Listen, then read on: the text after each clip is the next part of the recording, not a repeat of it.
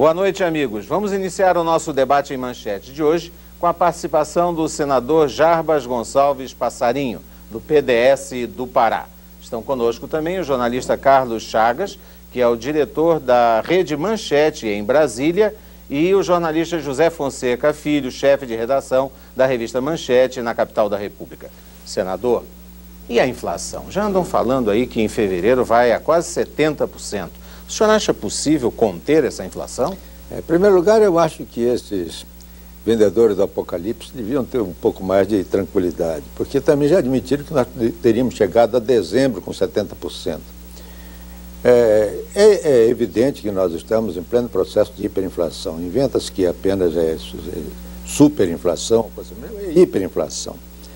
Mas a possibilidade de vencer a inflação me parece perfeitamente compatível com medidas de coragem que o governo deva tomar. Eu lembro o episódio do presidente Castelo Branco.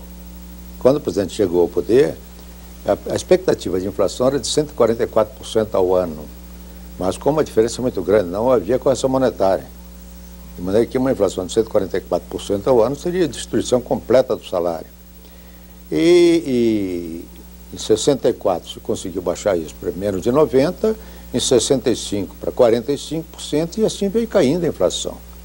De maneira que o preço a pagar é que talvez seja um preço social, que se deve levar em consideração. Ministro, em 64 a inflação caiu realmente, o senhor tem toda a razão, por força do achatamento salarial. Os salários pagaram a queda da inflação. É isso que o senhor está prevendo agora? Não, não foi só o achatamento salarial. Houve, eu concordo com você, tanto que quando eu cheguei a ministro do Trabalho, nós alteramos isso. Você deve estar lembrado que foi a primeira modificação que foi feita na lei salarial, foi comigo, ministro do Trabalho do Costa Silva.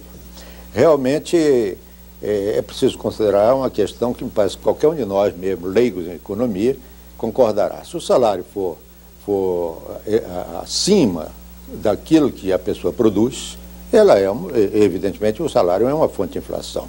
Agora, admitir que a inflação deve ser combatida com a redução do salário, isso aí é nefasto, é doloroso, é cruel. Mas não era... o ex-ministro Mário Henrique Simons está falando num redutor. Evidentemente que o redutor não pegaria apenas os salários, claro, sobretudo da camada mais humilde. O que o senhor entende que seja esse redutor? Bem, o redutor, pelo que eu estou interpretando, seria aquilo que essas câmaras desejaram fazer, por exemplo, 90% da inflação.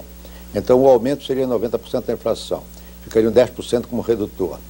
É preciso considerar, com relação à pergunta do Chagas, que quando o presidente Castelo assumiu, e foi seu ministro principal nessa questão, hoje o senador Roberto Campos, a contribuição do salário para a renda nacional era uma contribuição acima de 60%. Hoje o salário contribui com 38%. Mas que é preciso também levar em consideração isso, não vai ser achatando o salário que se vai resolver esse problema.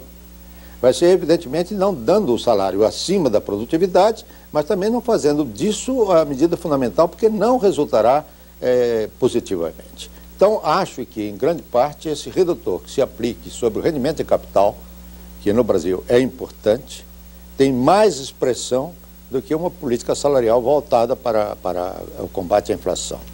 Note a própria necessidade que o governo encontra, em medidas heterodoxas, aliás, ortodoxas, de impedir que a inflação aumente, resumem-se, em parte, no aumento também substancial dos juros, não é? Para evitar que haja grande quantidade de dinheiro no mercado. Bem, isso aumentou a dívida interna brasileira brutalmente, dá grandes lucros a determinados setores da economia brasileira, e aí é que eu acredito que tenha cabimento esse redutor. Senador, será que o senhor se refere então a uma espécie de achatamento dos lucros e da especulação financeira, coisa que pouco foi feito, se é que foi feito nesse país ao longo de tantas lutas anti-inflacionárias? A pergunta é boa e as pessoas... Aquela história, você tem medo do diabo, não é porque ele seja diabo, é sempre porque ele é velho, né? Então é a questão da experiência. Eu me lembro que muito jovem, muito garoto, o doutor Getúlio Vargas se associou aos lucros exorbitantes. Não sei se lembram disso. Fez uma taxação sobre lucros que eram considerados excessivos, etc. O lucro é evidentemente fundamental em qualquer regime de economia privada, porque a melhor definição que eu vi ultimamente de lucro é o seguinte: lucro é o investimento de amanhã e o oferecimento de novos empregos depois da manhã. Então é preciso que haja, se o lucro for reinvestido, ele é altamente desejável. Agora, se o lucro, ao contrário, for mantido num jogo de capitalização apenas, de especulação financeira, ele não é favorável a ninguém, a não ser a pessoa que está até se enganando com o aumento nominal daqueles valores. Então, acho que aí sim caberia, principalmente, mais do que o problema do lucro em si, a sua colocação foi lucro e especulação financeira. Especulação. Então, é o problema da especulação. Esse que deveria ser diminuído, porque nós melhoramos, por exemplo, no período dos presidentes militares. Eu me lembro de uma declaração do Dr. Dornelles, quando foi diretor da Receita Federal, que mostrava que o imposto de renda, que passou a ser o principal, que antes era o ICM, depois o imposto de renda sobrelevou, o imposto de renda passou a ter maior participação na sua composição de taxação sobre capital do que taxação sobre salário. Ministro, sobre imposto de renda, o senhor acha que salário deve pagar imposto de renda? Salário é renda, ministro? Pois é, essa é uma boa pergunta, porque salário realmente ser confundido com renda, como se fosse a razão fundamental para ser o parâmetro para pagamento de imposto, ele produz injustiças graves. Uma vez eu conversava com o ministro Simas, quando ainda era meu auxiliar, e um grande auxiliar no Ministério da Educação, e eu fiz essa pergunta para ele. E ele me disse, só haveria uma solução de evitar isso. Era, em vez de fazer o imposto de renda sobre os salários, fazer o imposto de renda sobre o patrimônio. Aí, sim, quem tiver o grande patrimônio, porque veja que a diferença que se dava. Eu me lembro de um Tiepo, parece que era o nome desse, que a revista mostrou quando ele foi apanhado numa sonegação. Muito bem, quando saiu a declaração de imposto de renda dele, sujeito multimilionário, eu pagava mais imposto de renda do que ele do meu salário. Porque eram aquelas participações que eram isentas das contribuições. Isso deveria ser reanalisado no meu entender, e mais ainda em relação aos aposentados. Por exemplo, os aposentados, os idosos, que a Constituição previu, mas até agora não se fez a legislação.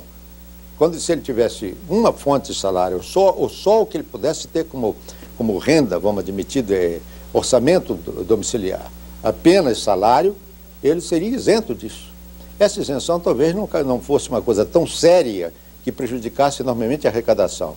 E podia ser compensado com um imposto sobre patrimônio. Ministro, o que prejudica a arrecadação é o beiço, né? Para usar a palavra mais popular.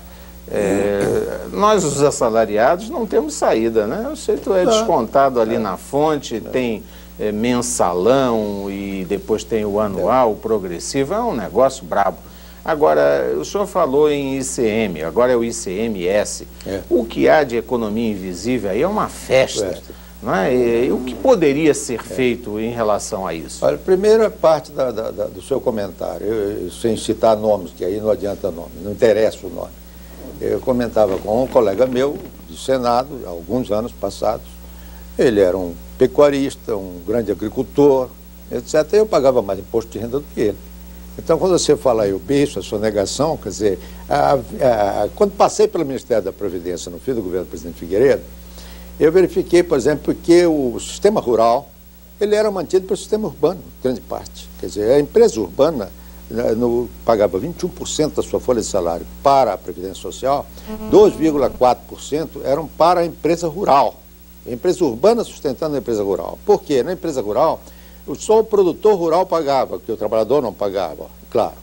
E o produtor rural que pagava era a cooperativa, porque fora disso o pessoal que vendia direto na porteira das suas fazendas não paga imposto. Dificilmente vai ficar ali fazendo nota fiscal ou coisa semelhante. Não, e se faz por muito menos, né? Muito menos. Então, o problema é esse da economia invisível, que não tem nada de invisível. Ela é ostensiva até, ela não é formal. Tá? Isso mostra, em grande parte, também o resultado do processo inflacionário. O processo inflacionário, levando até certo ponto, como uma consequência, uma taxa de desemprego, ela provoca essa atividade adicional que ocupa as cidades. Qualquer um de nós que visita hoje as cidades, que antigamente nós estávamos acostumados a vê-la com as ruas limpas, abertas e tal, São Paulo, Rio de Janeiro, Brasília, ocupado completamente pelos vendedores ambulantes, que precisam viver, mas que era preciso haver também uma regularização dessa profissão, de maneira a que também até não fossem eles explorados, como dizem que alguns são. A maioria até. Ou a maioria até. Em boa parte são as empresas, as próprias lojas, que colocam as barraquinhas lá com seus camelôs, isso não há dúvida. Quando eu falei no explorado, eu estava pensando nisso que você explicitou. Algumas pessoas dizem isso, até frente, por exemplo, uma sapataria, fica o ambulante vendendo sapato que é de sapataria, como uma forma de fugir do ICMS. Senador, será também que essas pessoas estão inventando essa nova atividade para fugir do salário, porque o salário é pouco, não remunera bem e a carga de impostos é muito grande, então ele tem que sair da economia formal e tentar sobreviver informalmente? E como eu falava ainda há pouco na resposta ao Arnaldo, ainda recentemente uma publicação muito lida no Brasil mostrou o caso de como a classe média está se defendendo. Então aparece exatamente isso, a pergunta que você faz. O dono da casa, que hoje não é mais o cabeça, porque a Constituição acabou com isso, não é? Então já o marido ganhando... O ex-dono da casa. O ex-dono da casa. Então, o marido tinha um vencimento como funcionário público, aquilo cada vez se deprecia mais com o processo inflacionário. E a mulher, então, começou a vender, fabricar ela mesma, em sistema artesanal, roupas para vender. E dentro de pouco tempo ela está ganhando mais que o marido e não paga imposto nenhum. Então, a sua pergunta é perfeita, é uma variação ou uma variante que se faz do processo como forma de sobrevida. Senadora, dizem que este ano vai ser o ano internacional da alfabetização. Dizem. O senhor falou ainda há pouco no Mário Henrique Simonsen que o ajudou no Ministério da Educação e foi exatamente o primeiro presidente do Mobral, eu me lembro bem disso. E o Mobral, inclusive, na saída, veio com muita esperança, 5 milhões de alfabetizados e tudo mais. O senhor, como ex-ministro da Educação, o senhor já se disse ex-ministro do Trabalho, já se disse ex-ministro da Previdência. Agora, eu lembro que o senhor também é ex-ministro da Educação. O senhor acha que nós temos jeito com relação a esse problema de alfabetização ou vai ficar sempre isso na saudade? Não, eu tenho primeiro um bom currículo de ex, não é? Então eu já posso até mandar fazer um cartãozinho, ex-presidente do Congresso Nacional, ex-senador durante 4 anos, também. Mas o problema que você toca, mestre Nisquier, é um dos que mais me doem. É uma das lembranças mais dolorosas que eu tenho da minha vida administrativa no país. Porque o Mobral você viu bem, você viu como é que ele surgiu, foi um encantamento nacional. A resposta do brasileiro é um doador. A resposta foi admirável. Bom, infelizmente, houve pessoas que depois continuaram a obra do Mário Simons, que era o nosso presidente sem vencimentos, ele não tinha vencimentos. Foi quem nos proporcionou a legislação que permitiu carregar recursos para o Mobral. Até hoje. Independente do orçamento, até hoje. Mas aí apareceram pessoas com fumaça, Mobral visando a universidade, Mobral não sei o quê, Mobral Teca, Mobral Cultural, e abandonaram o fundamental, que eu cansei de falar quando ministro, advertido pelo Mário Gibson Barbosa. O embaixador Barbosa Gibson me disse lá, olha, presta atenção no caso de Costa Rica. Costa Rica alfabetizou 100% e perdeu 100% por causa da regressão. Se a pessoa aprende a escrever e aprende a ler, e não escreve continuamente, não continua escrevendo, ela regride automaticamente. E quando chega no momento do recenseamento, se ela não escreve e lê, ela volta a ser analfabeta.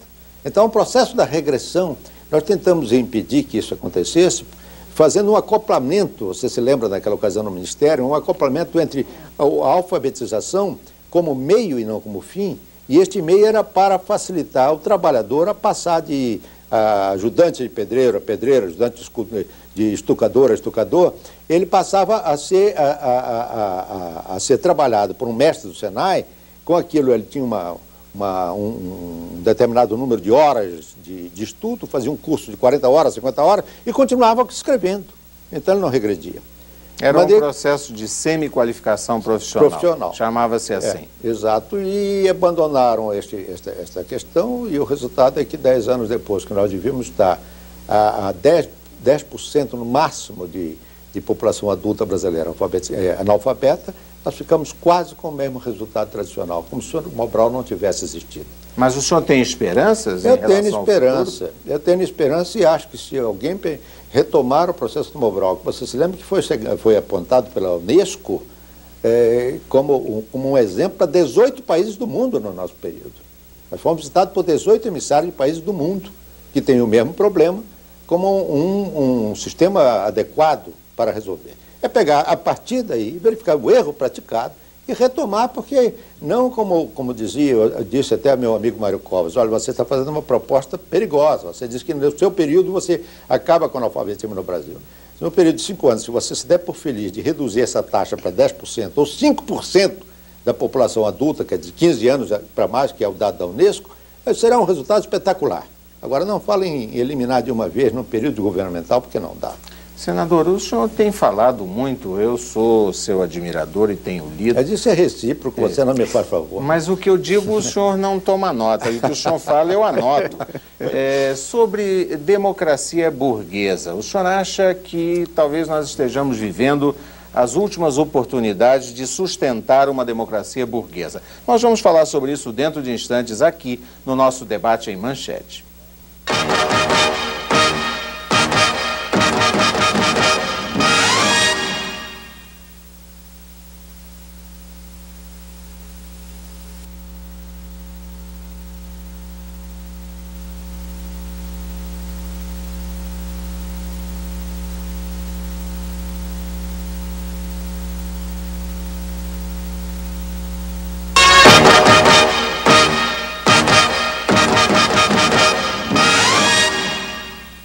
Estamos de volta com o nosso debate em Manchete, diretamente de Brasília, um programa do Departamento de Jornalismo da Rede Manchete de Televisão.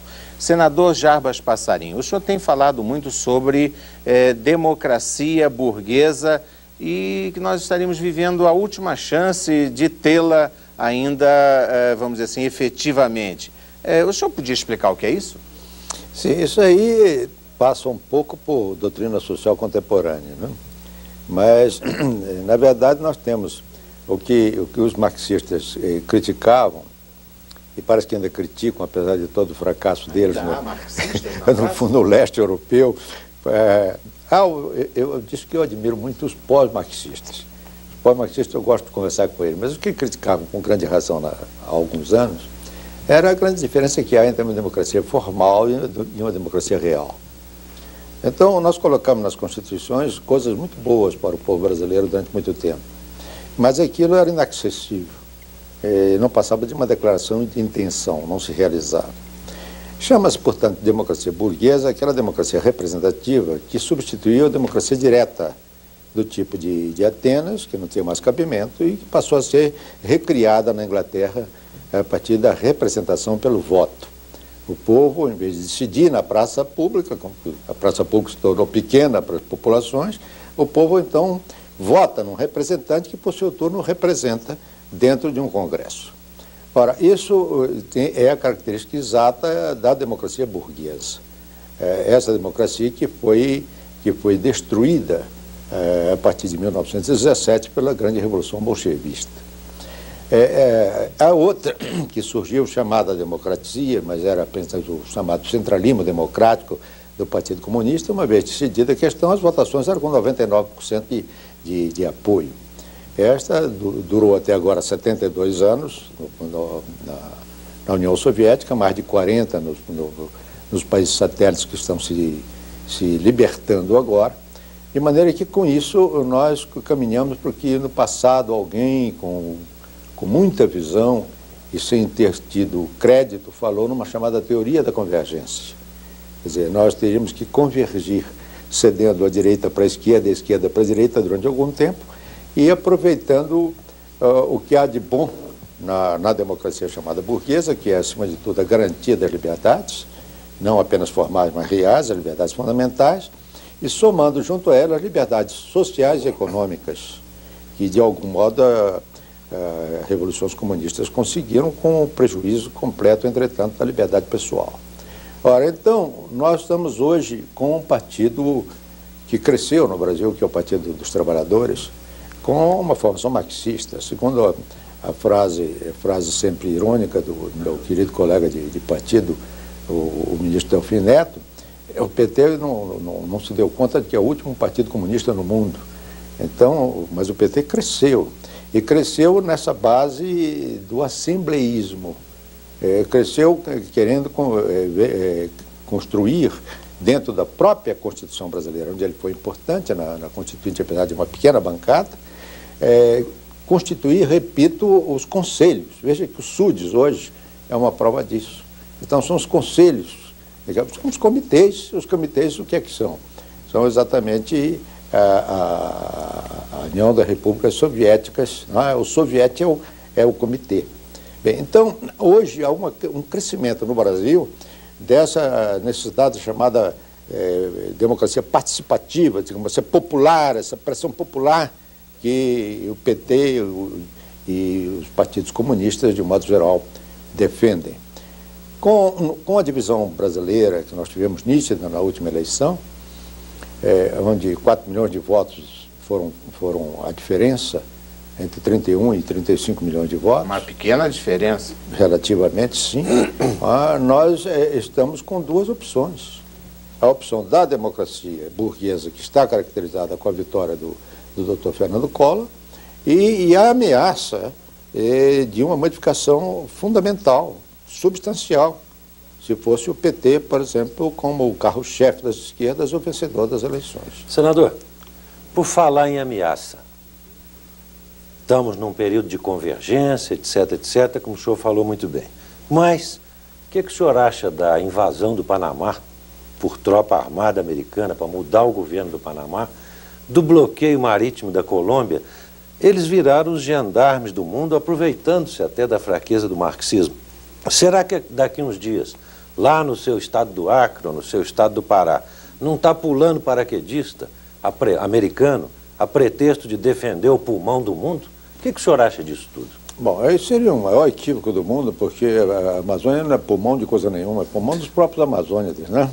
Aprovado, nós fizemos a Comissão Parlamentar de Inquérito sobre a Amazônia, de que a floresta madura, latifundiada, madura como é a floresta amazônica, o que ela produz de oxigênio durante o dia, ela consome à noite. É um ciclo neutro, ele se neutraliza ao longo de 24 horas.